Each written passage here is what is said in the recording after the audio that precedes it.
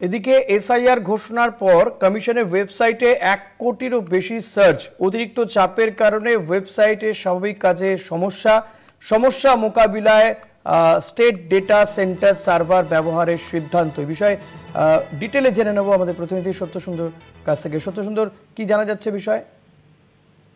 দেখো, এই special intensive revision সেইটা শুরু হওয়ার পরেই কিন্তু দেখা গিয়েছে যে অর্থাৎ ঘোষণার পরে এ রাজ্যের যে 2002-এর ভোটার তালিকা ইতিমধ্যেই মুখ্য নির্বাচনী আধিকারিকের যে ওয়েবসাইট সেখানে আপলোড করে দেওয়া হয়েছে। খুব স্বাভাবিকভাবেই মানুষের মধ্যে উৎসাহ রয়েছে যে তার নাম বা একটা আগ্রহ রয়েছে যে তার নাম 2002-এর ভোটার তালিকায় রয়েছে কিনা, বা যেটাকে ভিত্তি করেই এই নতুন এসআইআর হতে চলেছে।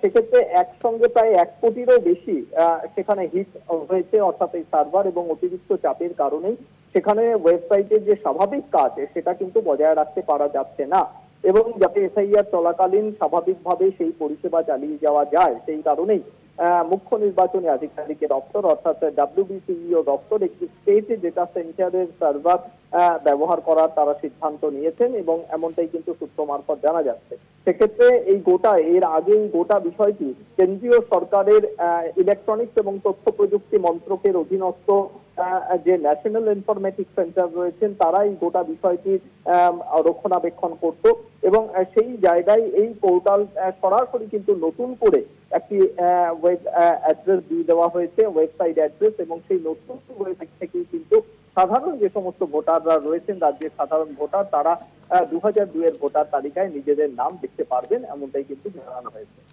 সত্য, নতুন সেই ওয়েবসাইট অ্যাড্রেসটা কি বলা যাবে? দেখো, সেটি হলো www.westbengalceo.gov.in। এই যে নতুন ওয়েবসাইট রয়েছে সেই ওয়েবসাইটে লগ ইন করেই কিন্তু নির্দিষ্টভাবে নিজের যে মোবাইল নম্বর রয়েছে সেই মোবাইল নম্বরের মাধ্যমে সেই অ্যাপে সেখানে রেজিস্ট্রেশন করতে হবে, এবং তারপরে নির্দিষ্ট জেলা ভিত্তিক একেবারে সাজানো রয়েছে। নিজের যে জেলা যেখানে তিনি থাকছেন 2002-তে সেই জেলা তাকে ঠিক করতে হবে, চিহ্নিত করতে হবে, এবং সেই জেলার কোন বিধানসভার অন্তর্গত তিনি ছিলেন, কোন বিধানসভার কোন বুথের তিনি ভোটার ছিলেন সেই বুথটিকে চিহ্নিত করতে হবে।